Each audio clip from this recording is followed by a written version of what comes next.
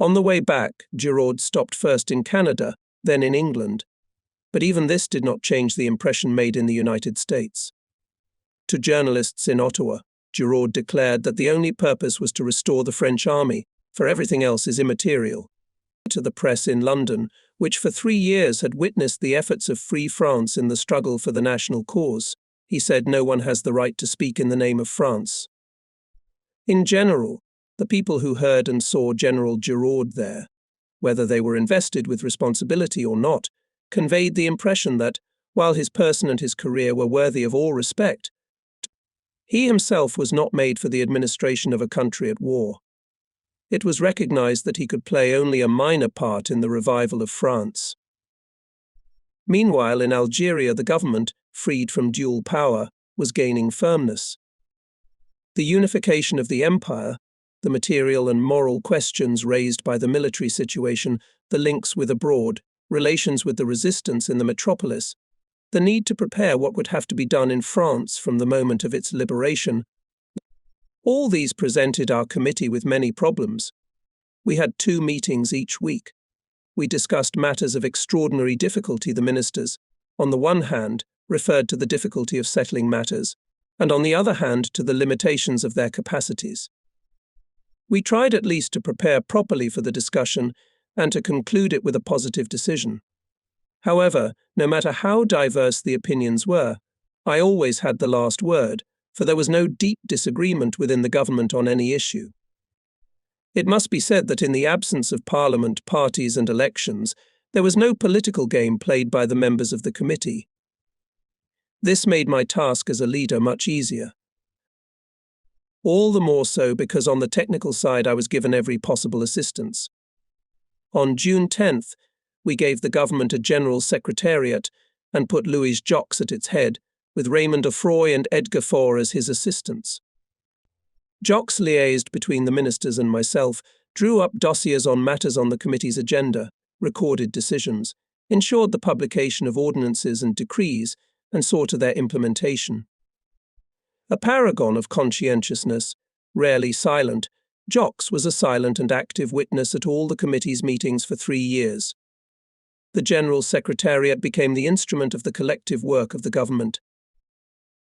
In July, a legal committee was born, headed by René Cassin, which, with the assistance of François Marion, Chairman Lebar and others, played the role normally reserved for the Council of State. He advised us and put the documents in the right shape.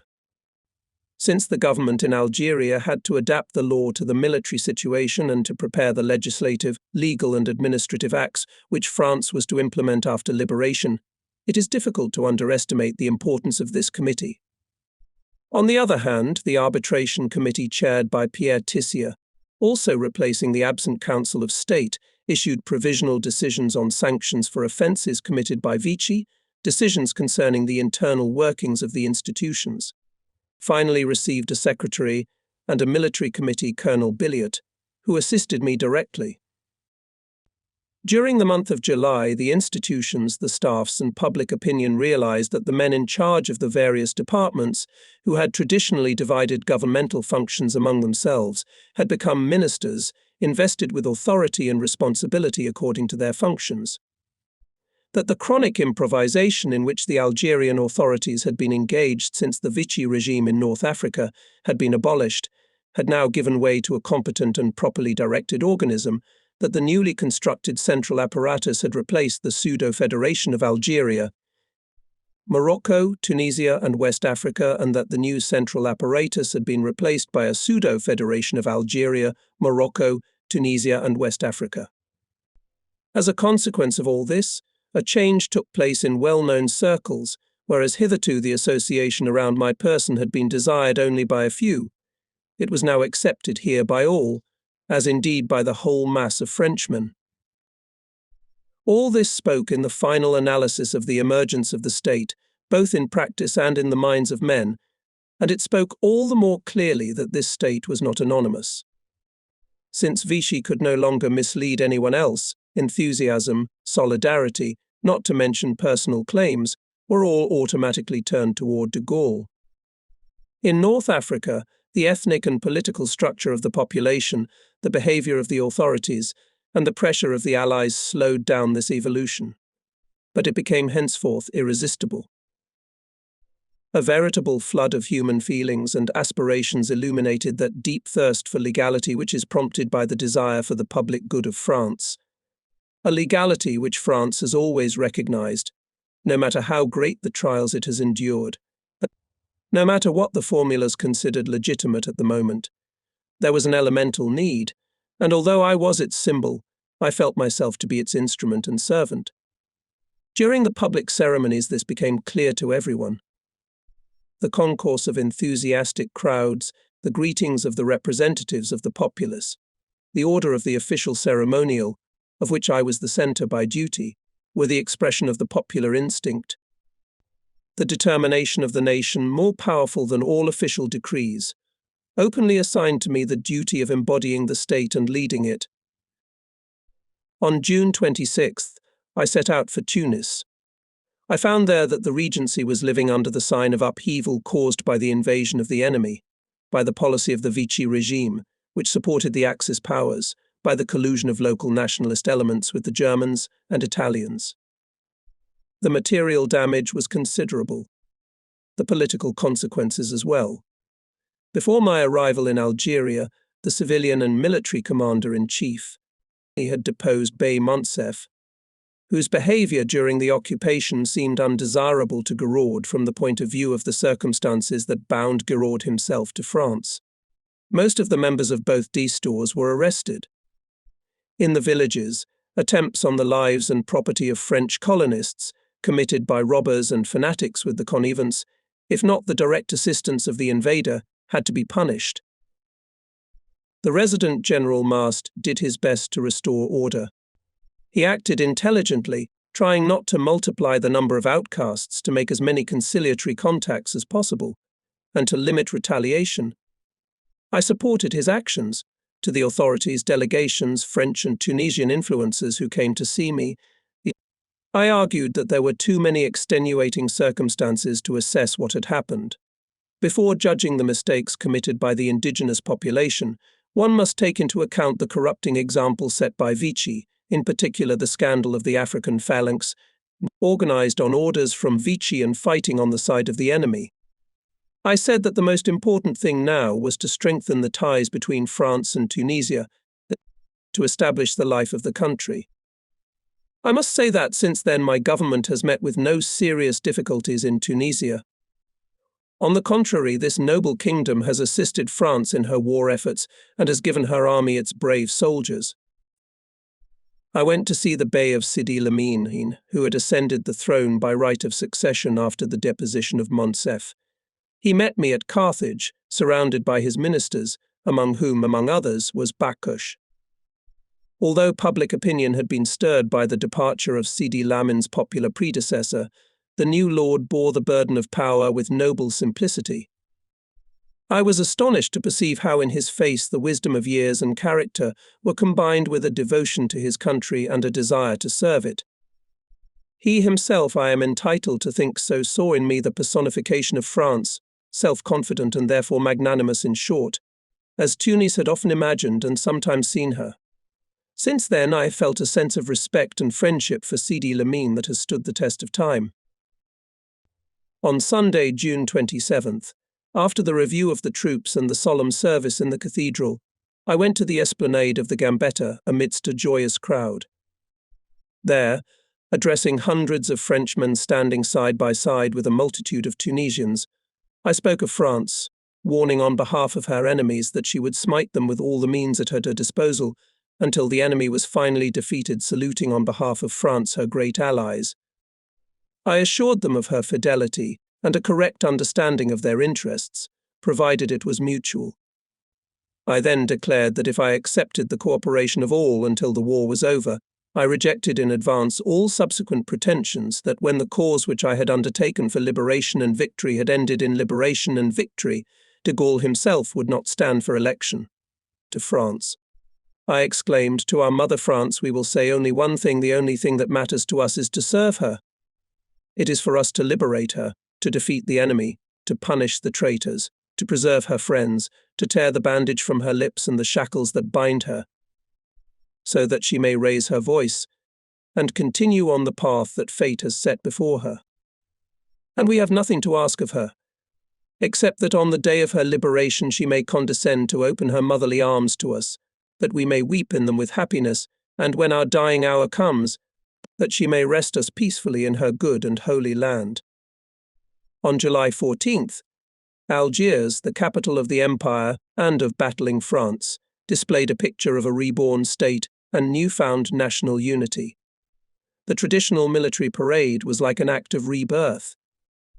As I greeted the passing troops, I saw their eagerness to take part in the coming battles rise up to me like a pillar of fire. There was a whiff of joyful confidence over the troops and the people, a testimony to the concord of souls shaken by former disappointments, crushed by yesterday's troubles, but in whom today hope was revived. The same impression was produced by the countless crowds in the forum, to whom I addressed the speech that followed. So, I declared, after 3 years of unheard of trials, the French people are once more entering the arena. It is coming out as a mass, rejoicing under the banner of its banner. But this time it comes out united, and the unity which the capital of the empire demonstrates with such brilliance today will tomorrow be demonstrated by all our towns and villages as soon as they are torn from the hands of the enemy and his servants. Departing from this statement, I emphasized to the representatives of the Allies, whom I knew had all turned a deaf ear, the absurdity of plans intended to exploit the French war effort without regard to French interests. One might think, I said, that it is possible to consider the action of our armies independently of the feelings, and will born in the very depths of our people. They imagine that our soldiers, our sailors, our airmen, unlike all the soldiers, sailors, and airmen of the world, would go into battle without being interested in the causes for which they should be willing to sacrifice their lives. In short, these theorists who consider themselves realists are able to believe that for the French, and only for the French, the war effort of a nation can exist outside of national politics and national morality. We declare to these realists that they are ignorant of reality. The masses of French citizens who have been participating in wars in one way or another for the last 4 years, or the last 8 months, have been doing so at the call of France, for the sake of France's goals, in concert with what France wants. Any system that would have been built on other bases would have degenerated into an adventure or would have shown its utter helplessness. But France, that France which has now put her life, her greatness, her independence at stake, will not reconcile herself in such a serious matter to either adventure or helplessness. The nation which tomorrow will be the victorious nation needs, after liberation, a goal which can inspire and sustain it in its endeavors. That is why, in eulogizing the actions and sacrifices in the name of resistance, I recalled the flame of rebirth that inspired the fighters. France is not a sleeping princess to be gently awakened by some genius of liberation. France is a tormented prisoner who, under the blows of her executioners, in her prison, has realized the causes of her troubles and fully appreciated the vileness of her tyrants. France has already chosen a new path for herself. I indicated the goals that the resistance intends to pursue after the victory, both internally and externally. I ended my speech by appealing to the people's pride, Frenchmen. O Frenchmen! For 15 centuries our fatherland has existed in its tribulations and in its glory. Our trials have not yet come to an end, but already the outcome of the heaviest drama in our history is being determined. Heads up. Brotherly unite with one another and go all together, fighting and winning to our new destinies. The storm of feeling which the crowds responded to my words clearly testified to the final collapse of all the intrigues which some had been weaving against me for a long time. It was quite evident that the artificial systems which had been successively set up in Algeria to cover up mistakes and to please foreigners had collapsed irrevocably, and that, if there were still some formalities to be completed, de Gaulle's party was still won. Immediately on the rostrum, the excited Murphy brought me his congratulations. "What a huge crowd," he said. "That's the same 10% of Gaullists on your Algerian count," I replied. Morocco in turn unfolded before us the same spectacle. On August 6th, I arrived in Rabat. For a long time now, those who made no secret of their sympathies for Free France had been severely punished or harassed here. But there were even more who had taken refuge in the shadows and remained silent. Now, under the bright rays of the sun, the population, the authorities, and prominent citizens openly welcomed me. The Resident General, Ambassador Pou, made his report to me. It was urgent to support the life of Morocco, which was threatened with poverty because it was cut off from the world. As for the future, the problems put forward by the political development of the Protectorate were already looming. The Resident General was confident, however, that Morocco would remain allied to France and take a wide part in the efforts of the empire to liberate it. In a solemn atmosphere, I was personally introduced to Sultan Mohammed bin Yusuf. This sovereign, young, proud, self-loving, made no secret of his intention to lead the country in its march towards progress and one-day independence. Seeing him and listening to his speeches, sometimes fiery, sometimes restrained, but always subtle, I realized that he was willing to come to terms with anyone who would help him play that role, but that he was capable of showing persistence in the face of those who would want to obstruct him. He admired France, however, and believed that she would rise, and could not imagine how Morocco could do without her. If he was inclined to listen to the rumor of some of Germany's irregularities during her triumphs, and if he listened to Roosevelt's calumnies during the conference at Anfa, he nevertheless remained loyal to our country. It must be admitted that in this respect the influence of Nogues on the Sultan was favorable. I decided to receive Sultan Mohammed bin Yusuf as he was in fact, that is, determined to rise, and also to show him myself as I am, and to let him know that he was the head of a sovereign France, but a France ready to do much for those who cherished it.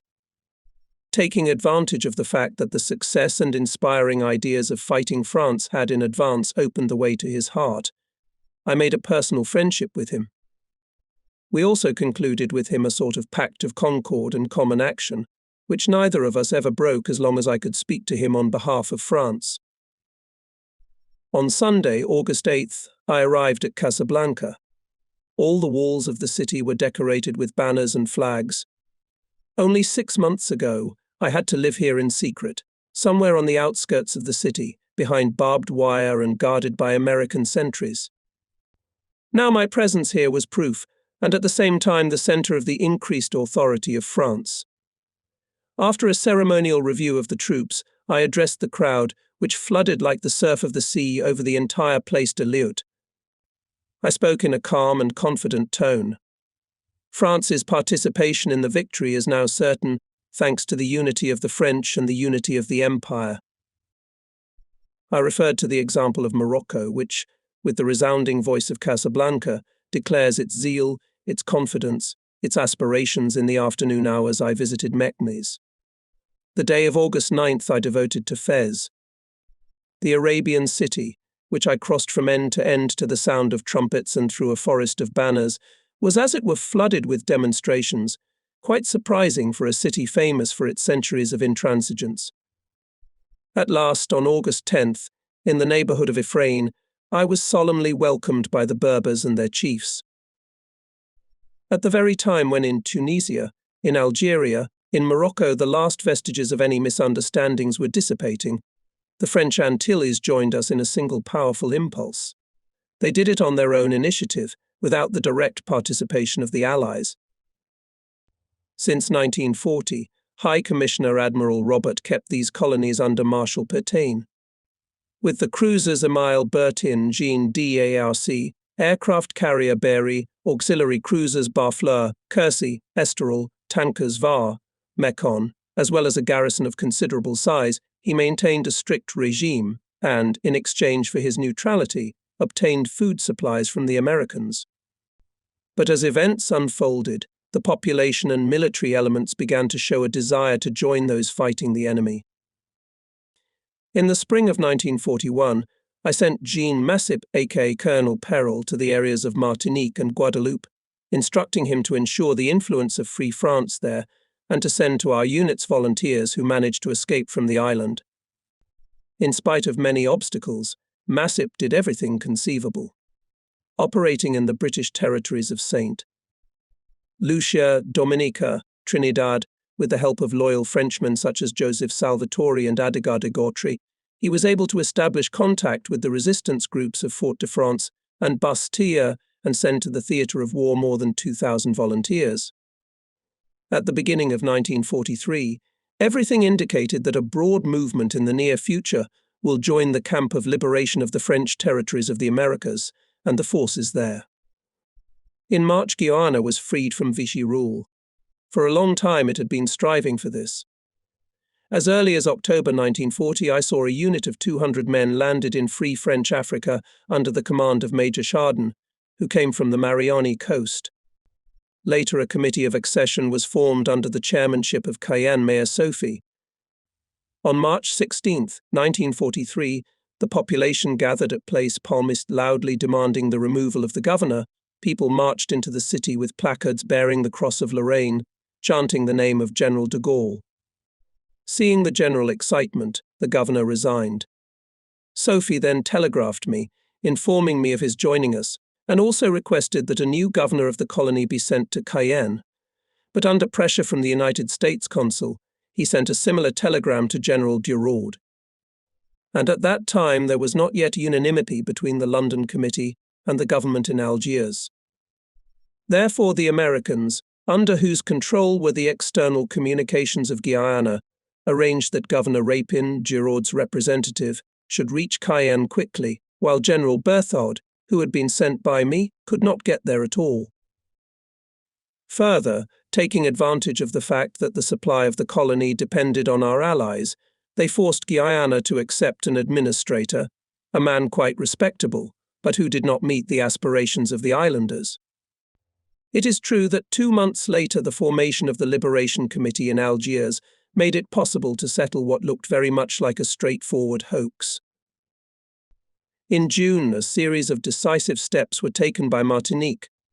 For many months Admiral Robert had received countless petitions from his subjects asking that this territory, ardently devoted to France, be allowed to do its duty. I found occasion in April 1943 to send to Fort-de-France Medical General Le Dantec, who was to propose to Robert a satisfactory solution then. In May, I suggested to Duraud that he send to the High Commissioner a letter, signed by 2 of our signatures, proposing that hostilities be reopened on our side. With these démarches we addressed to Admiral Robert, but they remained unanswered. On the contrary, the threats and sanctions against the resistance supporters increased. In the meantime, the Liberation Committee was born, headed by Victor Seyver, Deputy Mayor of Fort-de-France, Emmanuel Rimbaud, Leontel Calvert, and others. On June 18th, the anniversary of my conscription 1940, the committee laid the Lorraine Cross on the monument to the fallen. It then called on the entire population to stage a mass demonstration, which took place on June 24th. 5 days later, Major Tort and his battalion joined the movement. The excitement spilled over into the Navy. Admiral Robert was forced to comply. On June 30th, he announced that he had requested the United States to send a representative to establish the formalities necessary to replace the French authorities, after which he himself would resign his post. After this statement, calm was restored, although no one approved or considered it necessary to turn to the Americans to settle this purely national affair. 2 days later, a delegation from Martinique to Dominica notified Jean Massip of the annexation of the colony and requested General de Gaulle to send a plenipotentiary delegate. In Guadeloupe, events unfolded in much the same way. For a long time, the population had placed all their aspirations and hopes in Free France. Valentino, chairman of the Executive Committee of the General Council, Mellard, Gerard, and others formed a committee of resistance. Valentino was arrested, brought to Guyana, but after the liberation of that colony he managed to secretly reach Guadeloupe. May 2, 1943, in Bastille, in honor of the fighting France, held a demonstration, which ended with police shooting at the crowd. There were human casualties. On June 4th, Valentino and his friends tried in vain to seize power, but he later managed to join Jean Massip. At the end of the same month, with Robert's resignation from his post in Martinique, the Guadeloupe question was settled. On July 3rd, the Committee of National Liberation, which had learned of all these events, appointed as an extraordinary delegate to the Antilles its representative in Washington, Ambassador Henry Oppenau. The latter, accompanied by the highest officers of the Army, Navy and Air Force, arrived at Fort-de-France on June 14th. Amidst a sea of banners bearing the Cross of Lorraine, amidst a storm of cries of "Long live de Gaulle," he was welcomed by Sauveur and his committee in a huge crowd. Oppenau and his mission immediately took matters into their own hands. With firmness and rectitude they placed each in his proper place. Admiral Robert went to Puerto Rico, and from there removed to Vichy. Governor Ponton, who had come from French Equatorial Africa, was appointed governor of Martinique. The administration of Guadeloupe was entrusted to Secretary-General Poirier, then Governor Berthaud. The gold of the French bank, deported to Fort-de-France, came under the control of an Algerian committee. The squadron was sent to the United States and arrived in North Africa after it had been restored to fighting strength. Ground troops were incorporated into the Army of Liberation. In particular, the Antilles Battalion, under Lieutenant Colonel Tourt, was to distinguish itself in the Rhylin battles in France, where Tourt was killed. The annexation of the Antilles was the final link in the solution of a major national problem which had attracted the attention of the government of the Third Republic, even in the days of the catastrophe, was then posed by Free France immediately after the armistice, and since then has invariably continued to interest us, while the Vichy rulers, consciously or unconsciously following the enemy's edict, have persistently resisted the solution of the Antilles question. Thus, with the exception of Indochina, which was at the mercy of the Japanese, all the territories of the empire were once more involved in the struggle for the liberation of France. As for our overseas forces, all of them also joined in. The squadron, stationed at Alexandria and doomed to remain neutral since the beginning of 1940, in June 1943, by decision of its commander placed itself at the disposal of the government. In August, Admiral Godefroy brought to North African ports through the Red Sea, the Cape of Good Hope and Dakar the following ships: battleship Lorraine, cruisers Duguette Troyen, Duquesne, Suffren, Tourville, counter-destroyers Basque, Forbin, Fortunate and submarine Prote. These splendid vessels, as well as those from the Antilles, also joined the fighting men. This was a considerable reinforcement, especially as it added to the ships stationed in African ports, as well as to those on which the flag with the Cross of Lorraine was already flying. All this enabled us to bring a considerable French force back to the seas, that is, to the place from which victory was to come to Europe. By virtue of the elusive laws which determine the alternation of events, the spring of French power coincided with the weakening of the enemy. Italy once more transformed, in Byron's words, into the sad mother of a dead empire, and threatened with the seizure of its territory, took the path of breaking with the German Reich. As for the French Committee of National Liberation, the problems created by the shifts taking place in Italy favoured its formalization as a government. At the same time, the Allies had to willy-nilly recognize the impossibility of a full solution to the Italian problem without the participation of the French. In addition, the heavy fighting, which they had to conduct on the peninsula, soon prompted them to seek the help of our troops and navy. For this reason, they could not help but give us a greater share of participation both in the sphere of diplomacy and directly on the battlefield. Since they needed France, it was necessary to appeal willy-nilly to French authority. On July 10th, one British and one American army, under the command of General Alexander, landed in Sicily. We were not invited to participate in the operation. The explanations we were given for this were that our units were not adequately equipped, and indeed we received then only a small amount of American equipment. But in reality, both Washington and London, in anticipation of the imminent collapse of Italy, preferred that we stay out of the decisive battle, as well as from those armistice negotiations that should crown it. Our allies encountered in Sicily very active resistance from the Germans, who were trying to hold the island. However, after a month and a half of heavy fighting, Anglo-American forces took the upper hand. But at the same time it became known that the Great Fascist Council disavowed Mussolini, that the King of Italy ordered the arrest of the Deuce, that Marshal Badoglione appointed Prime Minister. It is true that Badoglio declared his determination to continue the war in the camp of the Axis powers. But it was clear that behind these words hid directly opposite intentions. The Führer was the last to doubt it. His speech on the radio the next day was a continuous shriek, in which you can hear the threat and arrogance and fear caused by the treason of the ally. One could even discern a sort of human note, not typical of this dictator. Hitler spoke of Mussolini as his defeated comrade in arms. It was said in the tone of a man who will soon fall under the blows himself, but who decided to fight fate to the end. The denouement in Rome came on July 25th. On July 27th, I formulated publicly our attitude to the events. I declared, speaking on the radio, that the fall of Mussolini, a sign of the inevitable defeat of the Axis and evidence of the collapse of the fascist system, is for France the first act of just retribution. Mussolini, I said, adds to the list of those who throughout history have insulted the greatness of France and have been punished by fate for it. Emphasizing that efforts must be redoubled to achieve victory, I said, the collapse of Italian fascism may soon raise the question of settling scores. In this connection, it is quite obvious that, contrary to the appalling situation in which our country still finds itself, the solutions in question can be neither valid nor durable. Without France, I made it clear that in doing so we would be guided by the desire for reconciliation and not by a spirit of retaliation.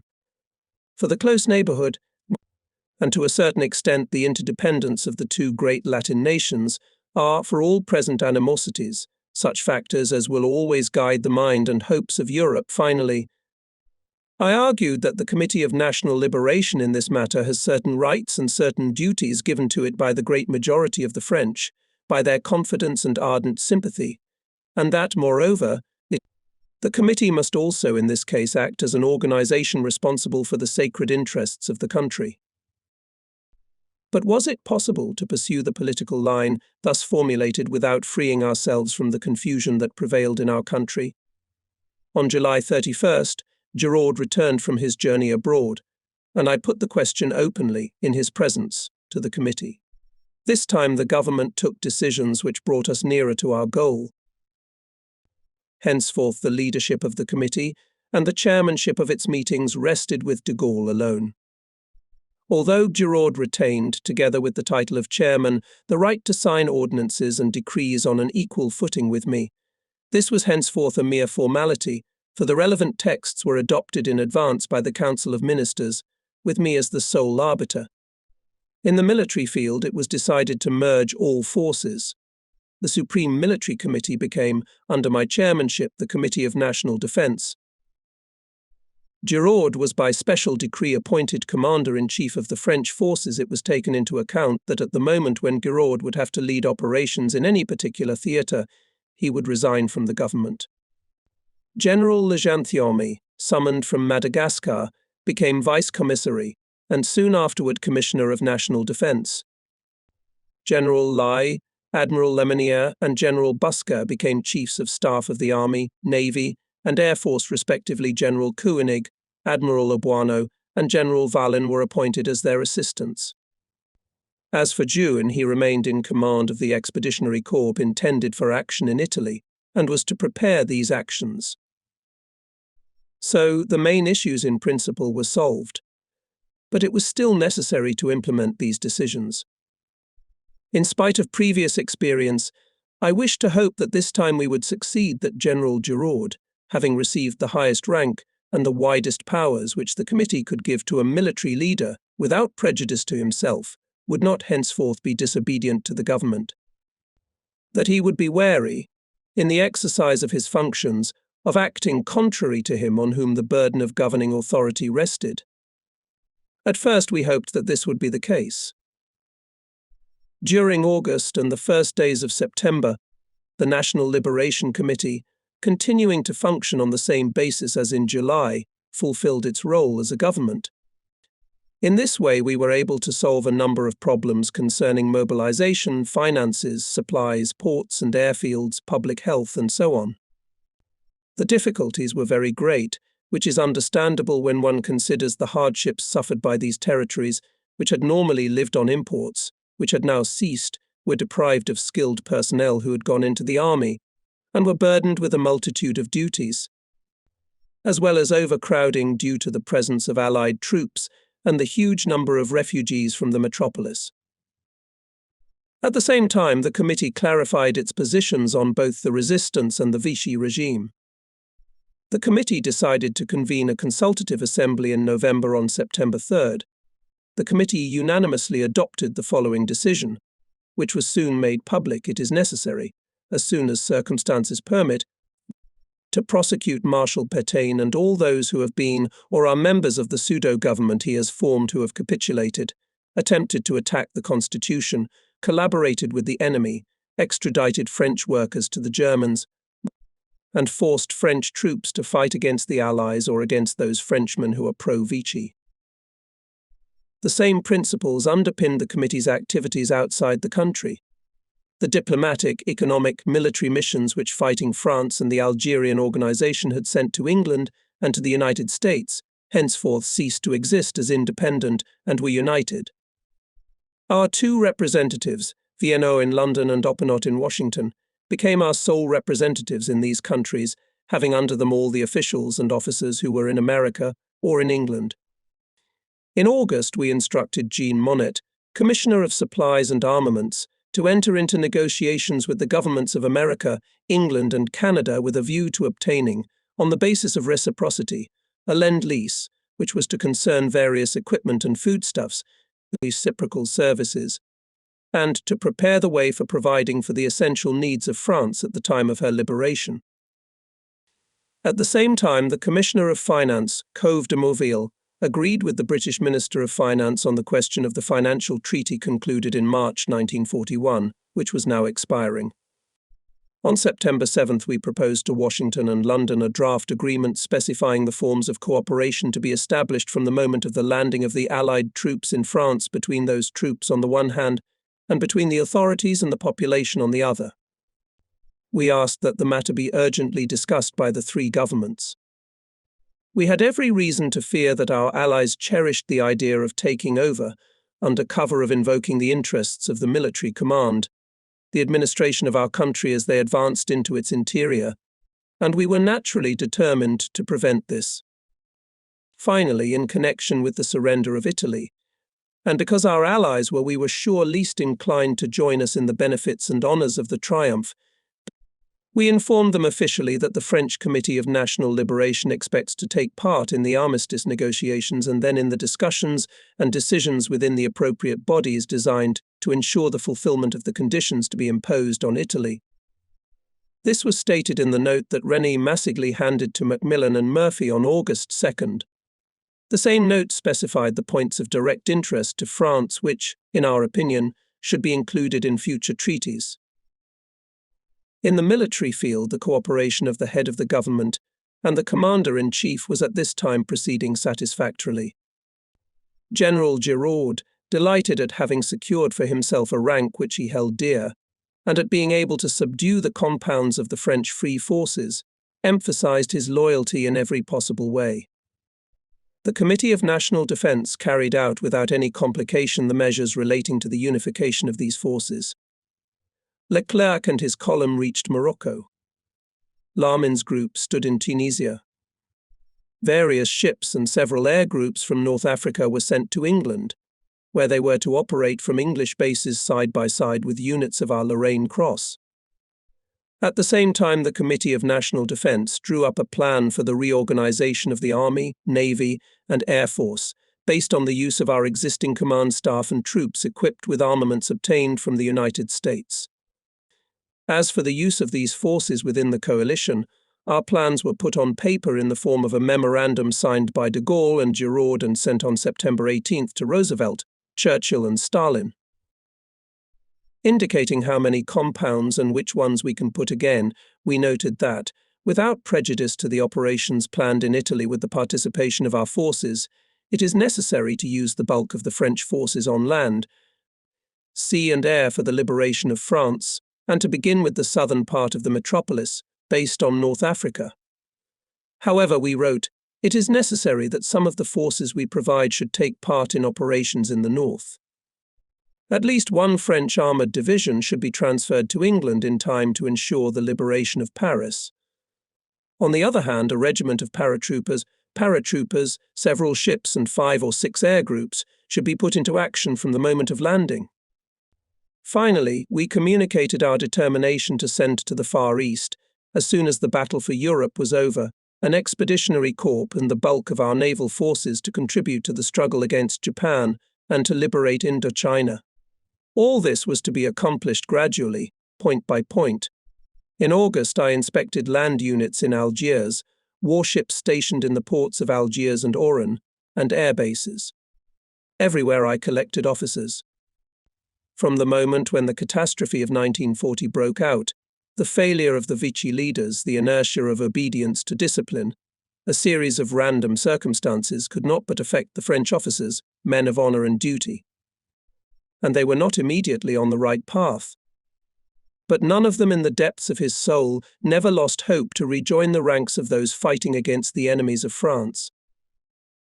One could feel in their attention and reverence that they were under the living impression of having met de Gaulle, the same de Gaulle whom, by virtue of a certain policy, they had more than once been ordered to brand and sometimes ordered to fight him. But now that national instinct and the very logic of events had placed him at the pinnacle of power, none of these officers thought of challenging his authority.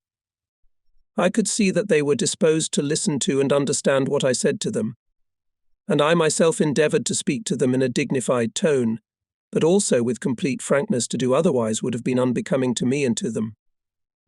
After I had made a brief speech, greetings were exchanged, we shook hands, and I left them. Other business awaited me, and I was more determined than ever to see that the French army might win its share of victory, and thus reopen to the French nation the way of the future. The consolidation of French power forced the Allies to change somewhat the attitude of distrust and suspicion which they had hitherto held toward us. The official recognition of the Committee of Liberation by the United States, Great Britain, and Soviet Russia occurred on August 26. Cuba, Mexico, Norway, Greece, Poland, Chile, Belgium, and Poland had already spoken out earlier. To tell the truth, the formulas of recognition chosen by the 3 great powers differed profoundly. Washington saw fit to confine itself to the most restrained statement: the committee is recognized as the governing body of those French overseas territories which recognize its authority. London resorted to the same expressions, but added in the eyes of Great Britain, the committee is the body capable of providing leadership for the French war effort. Moscow showed real latitude. For Soviet Russia, the committee was the representative of the state interests of the French Republic. It was the sole leader of all French patriots fighting against Hitler's tyranny. The example of the greats was quickly taken up by other countries. On September 3rd, speaking on the radio on the occasion of the 4th anniversary of the war and referring to these acts, I said, the recognition by 26 states of the French Committee of National Liberation is the clearest evidence of our solidarity for our triumph and for peace. As to the organization of power as outlined in the decision of 31st July, it was thought and could exist only on condition that the subordination of the military command to the government was expressly recognized both at home and abroad. The Italian problem showed that the case was otherwise. On September 3rd, Badoglio, who had already been in tacit contact with the British and Americans for weeks, capitulated to them with the assistance of a mission sent to Syracuse. Simultaneously, the Allied forces established themselves in Calabria. The American army under General Clark was preparing a landing in the Naples area and, if necessary, was to make contact with the King of Italy and his government, as well as with the troops loyal to him, which were concentrated in Rome. And so, on August 29th, Macmillan and Murphy handed Massigli a memorandum, which reported on the imminent surrender of the Italians and invited the French Liberation Committee to give its consent that on its behalf, as well as on behalf of all the United Nations, General Eisenhower was authorized to sign with Marshal Badoglio the terms of the armistice, which will take into account all the interests of the Allies and, in particular, the interests of France. After indicating in general terms how the affair would be conducted, the memorandum wrote the governments of the United Kingdom and the United States will do everything possible to enable the French Committee of National Liberation to send, if it so desires, a representative to be present at the signing of this act. In a reply note of September 1st, we expressed our consent to General Eisenhower signing the armistice on our behalf as well as on behalf of all the Allies, but requested that a draft of the document be sent to us hastily and expressed our readiness at any time to send a representative of the French command to the place where the signing of the act would take place.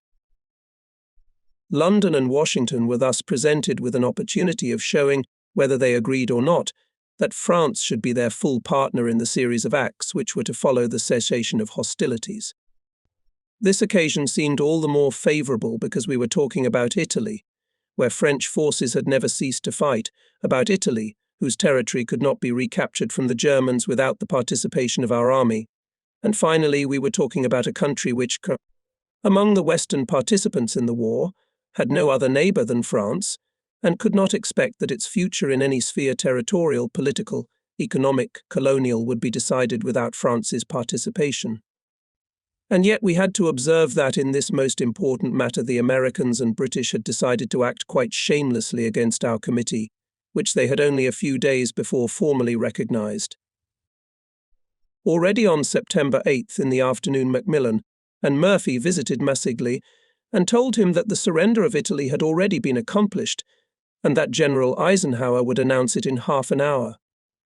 They handed to our Commissioner for Foreign Affairs a laughable formality, the text of a statement by the Commander-in-Chief of the Allied forces in which he was going to declare, and in fact was already declaring at this minute, that he had concluded a military truce with the Italian government, the terms of which have been approved by the British, American, and Soviet governments. Since Massigli noticed that the document does not mention France, despite the promise given to us in writing on August 29th by England and the United States, his interlocutors replied that Eisenhower's statement is primarily a maneuver hastily undertaken to impress the Italian army and the Italian population at a time when the Allies are conducting a new and difficult operation in the peninsula. Maneuver or no maneuver? Objected Massigli, you inform me that the armistice has already been signed. When was it signed? On what terms? In reply, Macmillan and Murphy pointed out only that General Giraud, chairman of the French committee, had been informed by the General Staff and had made no comment. That same night Massigli met with Macmillan, and the latter, after a series of persistent questions, admitted that negotiations between the London and Washington governments and the Italian government had been going on since August 20th. But he immediately repeated that the Giro was aware of everything. On September 9th, I convened the Committee of Liberation. The report of our Commissioner for Foreign Affairs, of course, caused excitement and dissatisfaction among the members of the committee with the reception, and especially with the intentions of the Anglo-Saxons. We immediately publish a communique in which we express on behalf of France our satisfaction with the defeat of Italy, recall the contribution of the French armies and the French resistance, take note of General Eisenhower's statement, but specify that the vital interests of the metropolis and the Empire require French participation in any agreement concerning Italy. At this meeting I asked General Giraud what induced him not to inform the government, and in particular its head, of the important news which had been brought to its attention by the Allies, whereas, if we had known it, we could have stated in good time what the Allies owed to France. Giraud assured that he had received no information concerning the armistice. In the evening of the same day, Massigli reported to Macmillan and Maffrey that Giraud denied what they had said, but both insisted, however, citing, not without embarrassment, that the poor knowledge of French at Eisenhower's headquarters and English at Giraud's headquarters could have been the cause of the misunderstanding. The next day they appeared to apologize. We made inquiries and ascertained that General Eisenhower had only this morning informed General Giraud of the terms of the armistice. There could be no doubt. Our allies had agreed to remove us from decisions concerning Italy, wherever possible. We should have foreseen that tomorrow they would do the same, to try to decide without France the fate of Europe. But they must have known that France would not tolerate this discrimination and that they could not count on our country in the future without recognizing it in the present. On September 12th, I took advantage of an official trip to Oran to set the record straight. Speaking to a huge crowd from the terrace of the municipality, I declared, "The country wishes to redouble its efforts to hasten the defeat of the enemy. The country also wishes to take part, according to its position, in the post-war settlement and in the restructuring of the world. In this regard, I appeal to the solidarity of nations of goodwill. The interdependence existing between these countries requires that they take into account the vital interests and dignity of others. Recalling the French people who are suffering and the French fighters inside and outside the country who are and will be engaged in great battles to the best of their ability, I address a warning. True realism consists in not disappointing them. Of course, I recognize that in the 5th year of the war France is unable to field many divisions, ships, squadrons, the number of which one wishes to make the sole criterion of a state's contribution.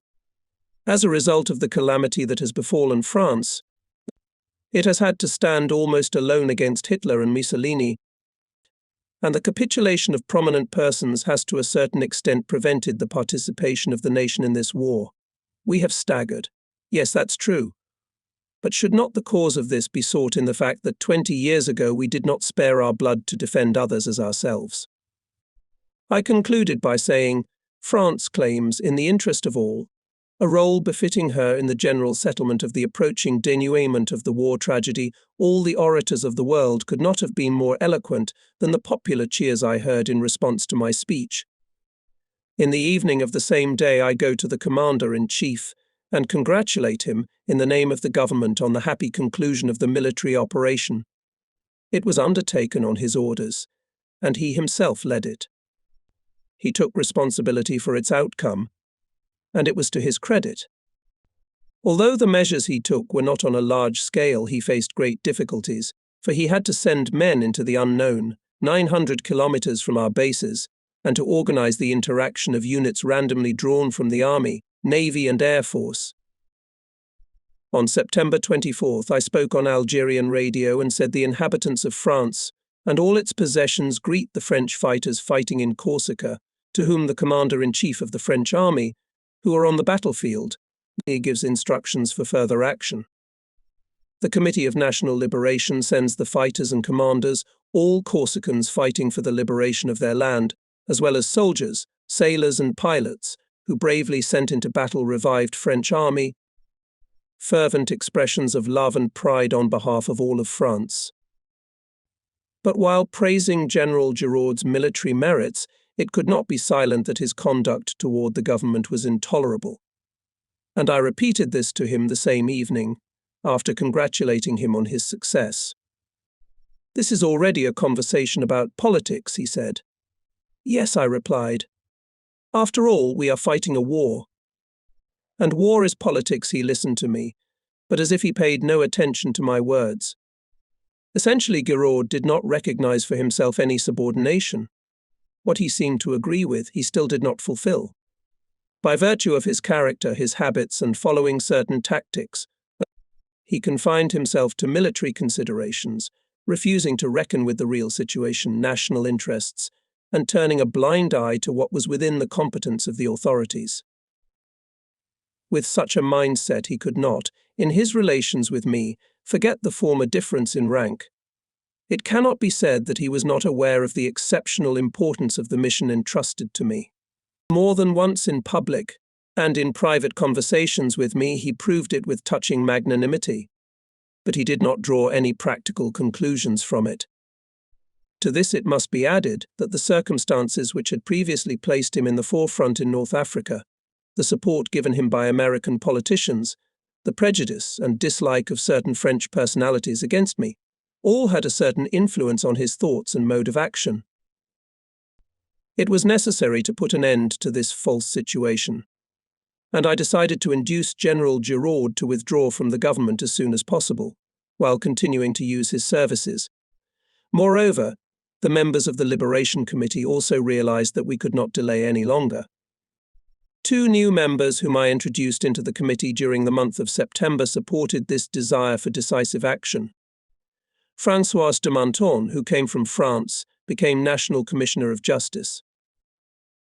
Pierre Mendes France, who had come out of the Lorraine Air Division on my orders and had taken over the management of the finances, replaced Couve de Merville, who became the French representative on the Commission for Italy, which was in accordance with his wishes.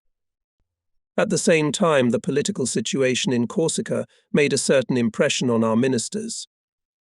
André Philippe went to the island to see how things were going, and observed that the communists, relying on members of the resistance, were rebuilding the municipalities as they saw fit and taking possession of the media. The ministers by no means wished this precedent to be repeated soon in the metropolis. They insisted that I hasten to change the structure of government and make such surprises impossible. I shared their anxiety. I wished, however, to proceed cautiously to the end, sparing the feelings of a gallant soldier who had had so many distinguished services during his service, and whose family, captured by the enemy, was at this time being cruelly persecuted. At Corsica things were soon settled. I arrived there on October 8th and spent 3 splendid days on the island. My visit dispelled all shadows. At Ajaccio I addressed the people in the square of the town hall. I was so warmly welcomed that in the first words of my speech I found it necessary to say, "Today we are all being swept by a high wave of national enthusiasm." I simultaneously paid tribute to both the Corsican patriots and the African army. I celebrated the complete collapse of the Vichy regime. "What is left of the notorious national revolution?" I exclaimed. "How did it happen that so many portraits and badges were replaced in an instant by the heroic Cross of Lorraine?" As soon as the first liberating breeze of liberation had passed over the Corsican soil, this particle of France turned in a single impulse to military government, to unity, to republic. Then, noting that my voice was being heard from the very heart of the Latin Sea, I spoke of Italy. I emphasized to what a ridiculous degree were the claims of our Latin neighbor, who had entered into a monstrous alliance with German greed, and invoking our decadence, had attempted to seize Corsica. With justice restored, tomorrow's France will harbor no hostile feelings toward our kindred people, whom no insurmountable differences separate from us. I concluded by saying victory is near. Freedom will triumph. Can we doubt that it will also be the victory of France? At Ajaccio I made sure that the prefect of Louise, the military governor Mollard, and the mayor Eugene McKinney were quite in place. Corte shook with shouts of welcome, but kept his proud sternness. I set out for Sartène. Then I visited Bastia. Its streets were littered with debris the Germans had blown up or set fire to large stores of military equipment and ammunition. Before leaving it was a sad picture of this graveyard of equipment. In front of the first inhabitants who returned to their homes, General Martin presented me with the victorious troops. Everywhere groups of armed volunteers expressed a legitimate pride in having upheld the glory of Corsica by fighting for France. In every village where I stopped I saw the most touching demonstrations, and the Italian soldiers stationed there made no secret of their sympathy for us. They met and saw me off, throwing rice in my face as a sign of greeting, according to Corsican custom, to the crackle of the Liberators' automatic rifles. A month later, the reorganization of the Algerian Committee was completed. The Consultative Assembly, which met in early November, also demanded it. Having made the perilous journey, the representatives of the resistance came to us. They gave us an insight into the state of minds, and a fresh wind blew into the institutions, the meetings and the pages of the Algerian press. Delegates published messages handed to them by their constituents expressing confidence in de Gaulle. They spoke passionately about the underground struggle, its heroes and its needs. They were inexhaustible, creating projects of the future for their people. Having ended the dual power in the government, I decided to involve people who came from France, In October, at my suggestion, the Liberation Committee decreed that henceforth it would be headed by only one chairman. Giraud himself signed this document. However, anticipating the possibility of sending a French expeditionary corps to Italy, Giraud renewed his hope that the Allies would call upon him to take command of the troops on the peninsula. On November 6th, in the presence and with the full consent of General Giraud, the committee asked General de Gaulle to proceed with the changes which he thought necessary in the composition of the government. This was carried out on November 9th. A year after the bloody landing of Anglo-American troops in Algeria and Morocco, 5 months after my risky trip to Algeria, the national will, however suppressed and stifled, still managed to show itself. That will was so obvious that its opponents had to hide their ill will. As for the Allies, they had to reconcile themselves to the fact that France was being governed by a French government at war. They ceased now to refer to military necessity and to security of communications. And they had to reckon in their policy with what they were powerless to change. The common cause only benefited from this. I, on the other hand, felt strong enough and was sure that tomorrow the struggle and victory of other countries would also be the struggle and victory of France. Winter was approaching. By all accounts, the last winter before the decisive hostilities. But what power will be established tomorrow in Paris, and what will that power do? These are the burning questions that stir all minds. After all, we are not talking about a distant prospect, but about the near future. For some time yet, blood and tears may muffle the political dispute. It may be obscured by the coercion that restrains public opinion.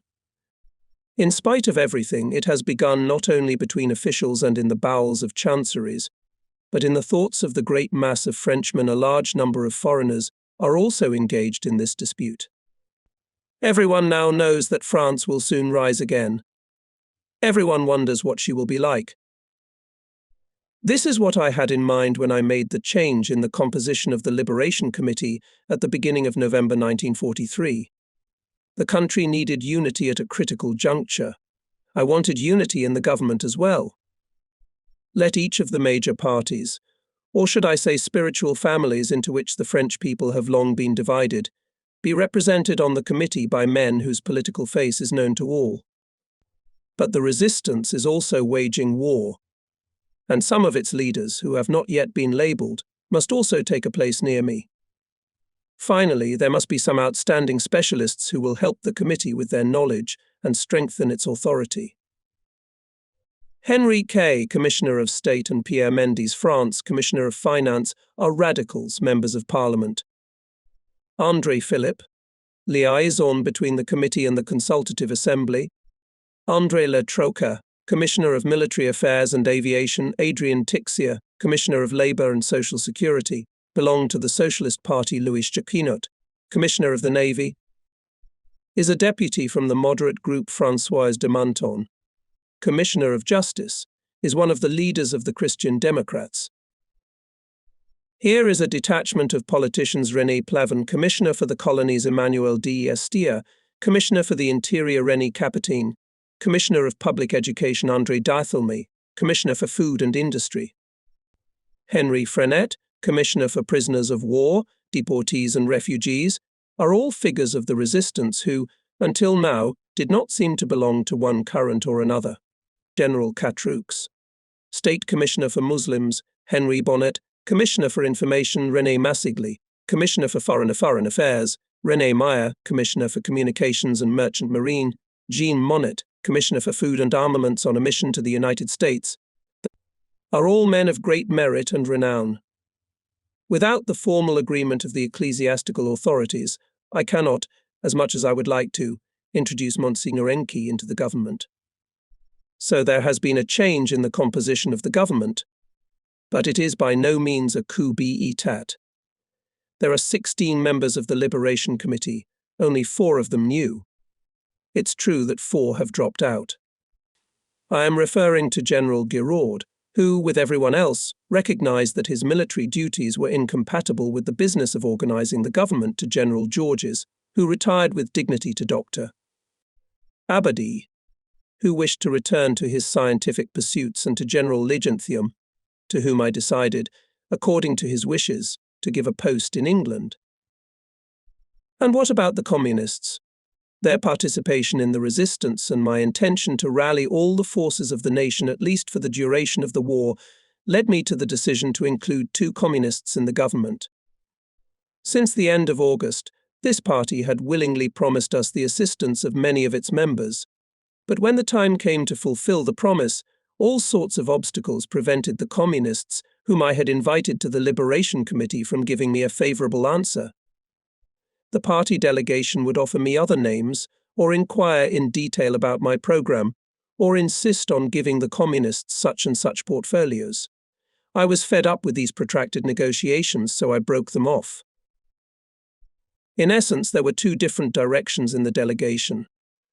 The ardent communists, those who followed André Marty, wanted the party to associate itself with no one and, through the struggle against the enemy, directly prepare revolutionary action for the seizure of power.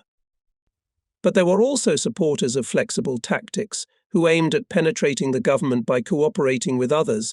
Above all with me, the inspiration for this tactic was Maurice Thorez, who was still in Moscow and asked to be allowed to return to France.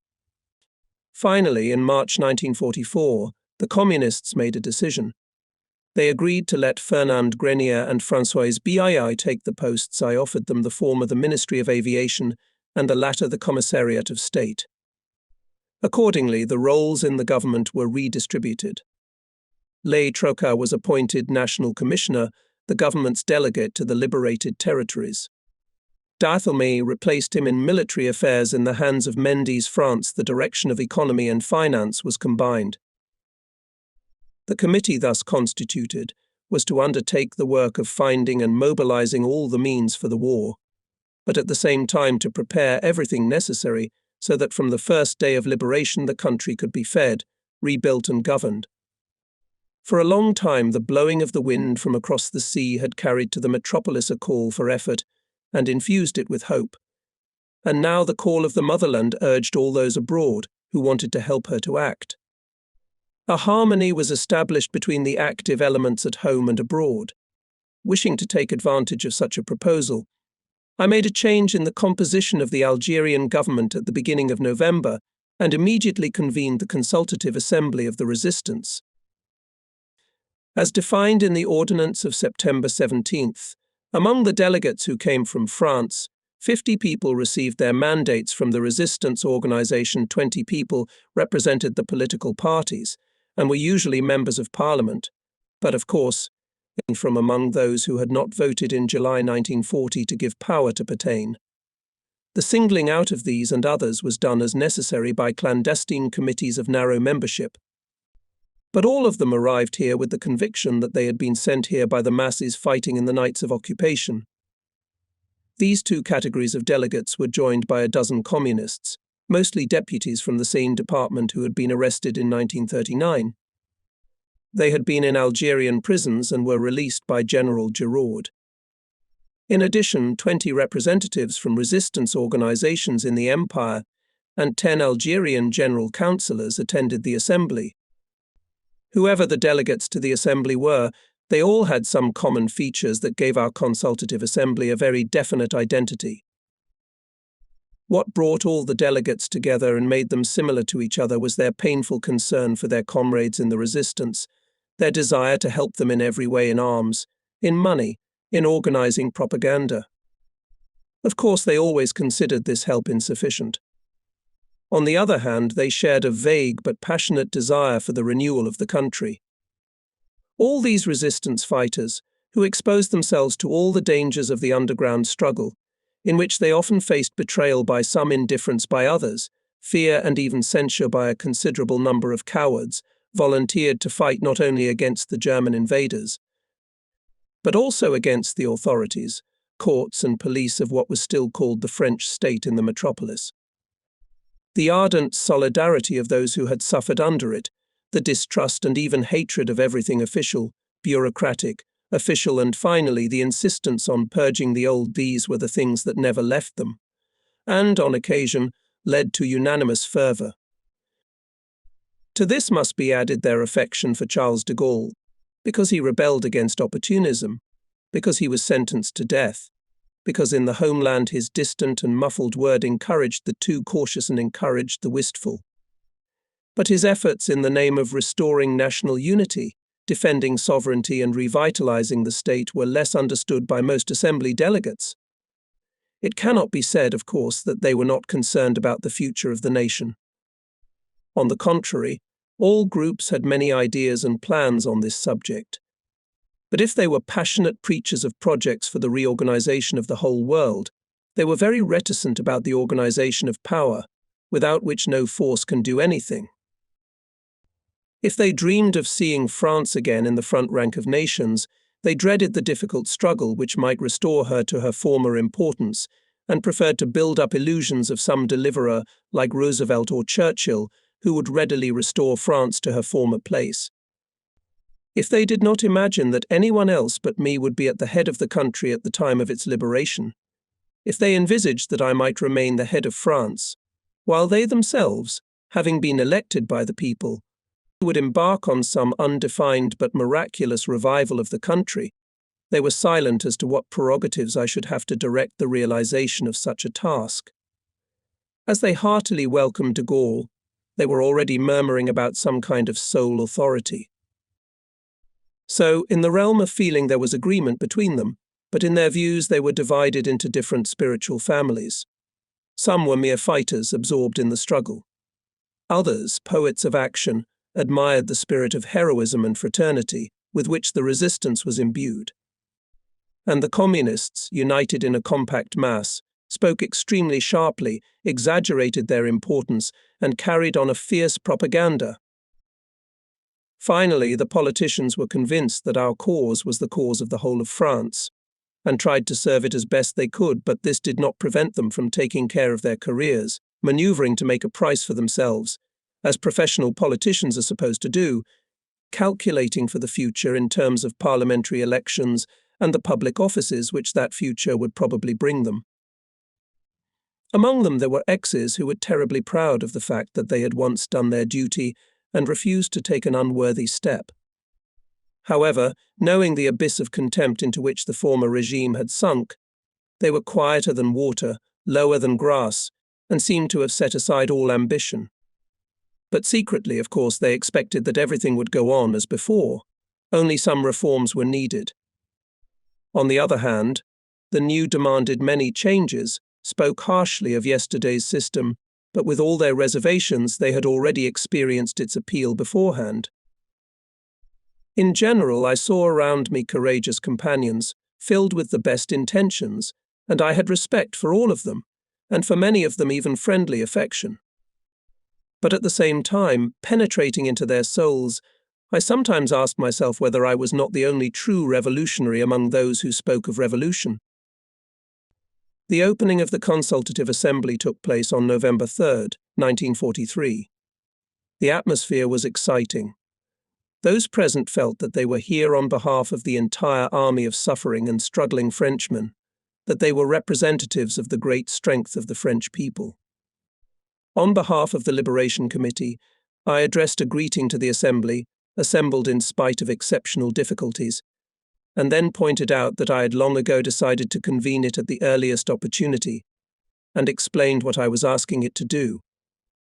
For it is characterized by the fact that it emanates from the resistance, which has become the main means of opposition to the enemy on the part of the overwhelming mass of the French, and the spontaneous expression of the will of the nation to support the government's war effort, which requires both moral cohesion and a concentration of material means, to strengthen its foreign policy activities, which are intended to make it possible in the general interest for France to continue to play an outstanding role in international affairs, to assist the government in selecting the vital measures which we must carry out in order to organize life in a war-torn country completely deprived of raw materials and foodstuffs, to re-establish everywhere, in order and national dignity, the authority of the Republic, to secure at once the public justice, which is the only lawful and acceptable justice, to return to our native land our young men who have been taken prisoner or forcibly taken abroad, and lastly,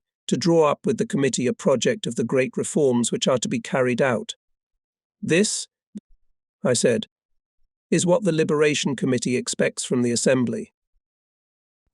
And I declared that I was sure of the results in advance, for the historical experience of 2 millennia confirms that he who has believed in the genius of France has never been deceived. The Assembly elected Félix Gouin as its president, and then broke into the following groups: Resistance in the Metropolis Chairman Ferrières, Resistance Abroad Chairman Bissani, Independent Resistance Groups Chairman Oriuk, Parliamentarians Chairman Oriol, and Communists Chairman Marty. Indeed, during the course of its work, the Assembly discussed all the important questions I had put before it. More than 50 plenary sessions were held between the first meeting of the Assembly and the landing of the Allied troops. Its commissions also did a great deal of work. All the ministers of the Algerian government were associated with it. The most frequent speakers were Philip, who acted as liaison between the committee and the Assembly, Diacir, Commissioner of the Interior, Manton, Commissioner of Justice, Massigli, Commissioner of Foreign Affairs, and Mendes France, Commissioner of Finance.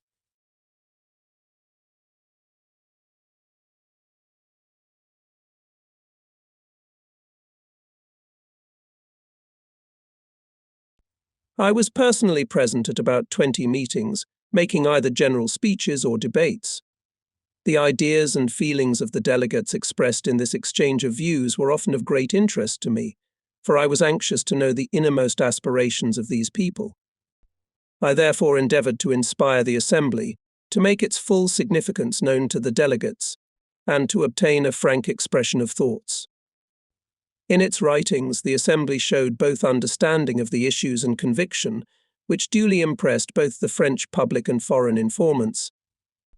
Of course, the Assembly spent most of its time discussing those issues that particularly concerned it: the purge to justice, aid to the resistance sanctions against officials, and the organisation having on their own initiative intensified the brutal repression they had prescribed. Of compensation for the victims were discussed very hotly and at length. The delegates pressed the committee to act in these cases in the strongest possible terms, and, if necessary, even to violate the ordinary rules and judicial procedure in order to do so. These problems were the subject of heated discussions. Some national commissioners were sharply attacked for their perceived weakness. I was well aware that the question of just retribution should be the first concern of the Resistance Assembly, and yet I felt it necessary to stick to the line I had set for myself. Only those who had played a prominent part in Vichy policy and those who were direct accomplices of the enemy should be sanctioned. There were very few of these in the overseas territories. But the debates in the Consultative Assembly revealed a very definite sentiment, and I had already foreseen how difficult it would be for me in the metropolis to restrain the desire for revenge, and to ensure that only the organs of justice were given the right to punish the guilty. With equal passion, the Assembly expressed its opinion of the assistance given to the resistance organizations in France, of the liaison established with them, of our propaganda. It was natural that the underground organizations, deprived of weapons and constantly under threat, often had the impression that London and Algeria were not helping them to the best of their ability. Many delegates therefore at first thundered against our services. But after inspection they had to admit that much had been done, and that the obstacles encountered were great. They also had to see that the actions in France of the various Allied services had the inconvenience of causing all sorts of discord on the ground, weakening the prestige of our country, to which it owed the military efforts of the French abroad. But the fear of offending the Anglo-Saxons in any way became second nature to the politicians, and because of them the Assembly did not adopt the categorical resolution I desired on the subject. More calm, but equally profound, was the discussion of another question: how Republican power would be restored in France. Of course, everyone was of the opinion that Marshal Pétain and his government must disappear. There was nothing else for them to do. And they all found that it would be necessary at once to ask the opinion of the French people, to call a National Assembly which would settle the constitutional question. But what kind of assembly should it be? Here the delegates were not unanimous. Behind the cautious speeches of the communists one could guess their plan to hold the elections directly in the squares, preferably in the simplest way possible, by cheering shouts and under the control of the resistance organizations and their troops. The communists obviously expected that, with their ability to act, such a system would produce favorable results for them. Proven parliamentarians such as Senators Marcel Astia, Marc Ricard, and Paul Jacobi proposed the convening of the same National Assembly that had been dissolved in July 1940. Under the influence of liberation, it will undoubtedly revoke the powers it itself gave to Pétain, accept Lebrun's resignation for pro forma purposes, elect a new President of the Republic, and express confidence in my government. It will then dissolve itself and give way to a new Chamber of Deputies and Senate, which will be elected on the basis of the old system. It may be necessary to make some changes in the Constitution of 1875, which will be done according to the rules approved by that very Constitution. Such were the theses of those who wished simply to return to the institutions of the Third Republic. They were few in number. The overwhelming majority definitely declared that the old regime was doomed. It must be said, however, that many delegates felt that the viciousness of this regime consisted more in a lack of demagoguery than in an excess of it. They did not believe that it was necessary to correct the old situation, the confusion in the functions of power and in the order of responsibility, although it deprived the country of a strong government, prevented it from pursuing a firm and consistent policy, and left it to the will of events. Or rather, it was intended to make changes, but in such a way that the confusion would have gone even further and the executive power would have been a mere fiction. To give the unicameral assembly all rights without exception, to give it the power to select and approve ministers, to destroy the Senate, which could have been a counterbalance to the Chamber of Deputies, to destroy the office of the head of state, or at least to put him in conditions even more ridiculous than those in which the former system had placed him. These were the views of a large number of deputies. They had always dreamed of a united and sovereign assembly, a sort of convent which would save itself from the guillotine and meet with no obstacles to its impulses. Most of the politicians of the resistance expected to sit in such an assembly. I did not share these views. On the contrary, I believed that a regime of action and responsibility was necessary for the forthcoming reconstruction of the country. I believed that the functions of power should be separated from each other, then each of them would be effective, and there would be a real government, parliament and court. It is necessary that the head of state, by the very system of his election, by his rights and prerogatives, should be able to fulfill the duties of the arbitrator of the nation. The people must be directly involved, through referendum, in making the important decisions on which their fate depends. I was alarmed to see the mood of the people who would tomorrow have to take charge of the state. They sought to restructure the regime for the convenience of politicians, rather than in the name of serving the fatherland. Had these men learned no lesson from the confusion and inconsistency which had led France to disaster and to the abdication of the Republic, and were they prepared to go on to greater inconsistency, worse confusion? But it was not the time to have a debate on this subject. I let the flow of various theories pour forth, and still obtained from the Assembly a discreet resolution, taking advantage of the prudence of some of the delegates Dumenil de Gramont, Vincent Auriol, René Cassin, Louis Vallon, and others. The resolution stated that at the time of liberation we will transfer the Consultative Assembly to the metropolis.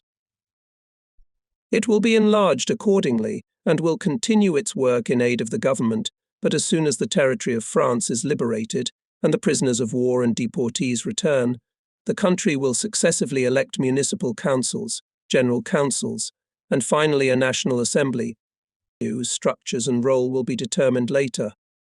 In addition, we have adopted a resolution to grant women active and passive suffrage.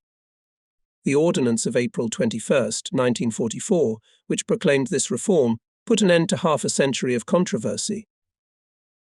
Although the Consultative Assembly had only the right to express its opinion, and the responsibility for everything done or not done still rested with me, until the day when the people would have the opportunity to raise their voices, the Allies listened attentively to what was said from the rostrum or on the sidelines of the Assembly. Members of their missions and journalists were constantly at the meetings, and on the sidelines the American and British newspapers devoted considerable space to the debates taking place in Algiers. They probably regretted that this semblance of a parliament did not have the power to overthrow the government, and that the tamer could not be torn here. At any rate, the newspapers endeavoured to catch the controversy. All these observers were present on the day when the Assembly began to discuss the external situation of France, but by the voices of the resistors Bissania, Carrier, Mayox, by the voices of the politicians Oriol Ornoux, Ricard, by the voices of the communists Bonta, Grenier, Mercier. The delegates expressed in full voice their approval in principle of my position with regard to the Allies, which I had taken in the face of the enemy. The Assembly gave vivid proof that to it General de Gaulle is the representative of belligerent France, and that his government is the government of the French Republic. It was as such that the Liberation Committee was to cooperate with the United Nations, and they were to recognize it. The world's sources of information immediately circulated the resolution of confidence, and it was a very valuable support for my policy. For my part, I did not fail to publicize the significance of this fact. But the Assembly confined itself to this. It chose not to discuss with candor any of the burning problems Italy, the East, Africa, which the foreign policy of the committee concerned, nor any of those problems Germany, Eastern Europe, Indochina, which in the near future were to confront France and the whole world.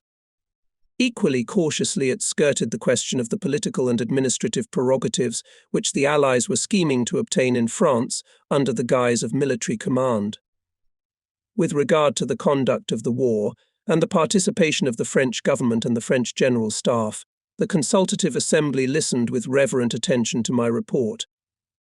I reported on the state of affairs, outlined the plan which I had been carrying out since 1940, and described the difficulties constantly confronting us. The Assembly expressed its wish in principle to recognize the role to be assigned to France in world strategy, the contribution of the French armed forces, but it did not venture to formulate any demands on our allies. In fact, in important matters the Assembly instinctively clung to generalities, with speakers from its rostrum expressing them in such a vague form that they could be accepted by all. Delegates applauded General de Gaulle when he made a presentation on the activities of the Liberation Committee or, speaking at the end of the debate and analyzing it, led the room to stirring conclusions. On the other hand, they greeted very coldly and critically the reports of a commissioner on the activities to be carried out by him. No one, however, dared to make specific comments and suggestions on the drafts presented. This restraint was partly due to the fact that the Assembly was only an advisory body. It was not spurred on by the demands of the electorate, and its positions on a particular issue and the results of its votes could not cause the tumult of a ministerial crisis. The desire not to tie my hands and at the same time the fear of offending the Allies, the concern for unanimity, also played a role here. But above all, it was as if I were admitting my helplessness. The Assembly could express certain wishes, but did not feel able to solve the problems that confronted it. It could touch upon questions of policy, but did not feel able to pursue a definite political line. The despondency which the delegates felt on this account came back to them later, a bitter despondency which increased 100-fold when they became deputies in representative assemblies with full powers, but unable to exercise them in practice. As for me, I caught in the speeches that were made from the rostrum the future pretensions of the parties, and at the same time their impotence, and foresaw the drama that would soon be played out around the French Constitution. It is possible for many to confer. One must act alone for this very reason everyone preferred only to confer. But for the time being, thanks to the unity achieved in the Algerian government, to the convening of the Consultative Assembly, thanks to the confidence of French public opinion, it was possible to define in principle a policy for the period of liberation. However, while for the majority of Frenchmen the future actions of the government were already clear in advance, the intrigues of ill-wishers in France and abroad did not cease. On the contrary, in the most diverse, even hostile circles, Some still resented my success as these people went to great lengths to prevent me from achieving my goal, and were especially zealous when, by the force of things, events were drawing to a close. All of them, without exception, now regarded the collapse of the Vichy regime as inevitable, but perhaps there was no one among them who did not try to devise a way to ensure that the replacement of Vichy by another regime would not bring triumph to de Gaulle.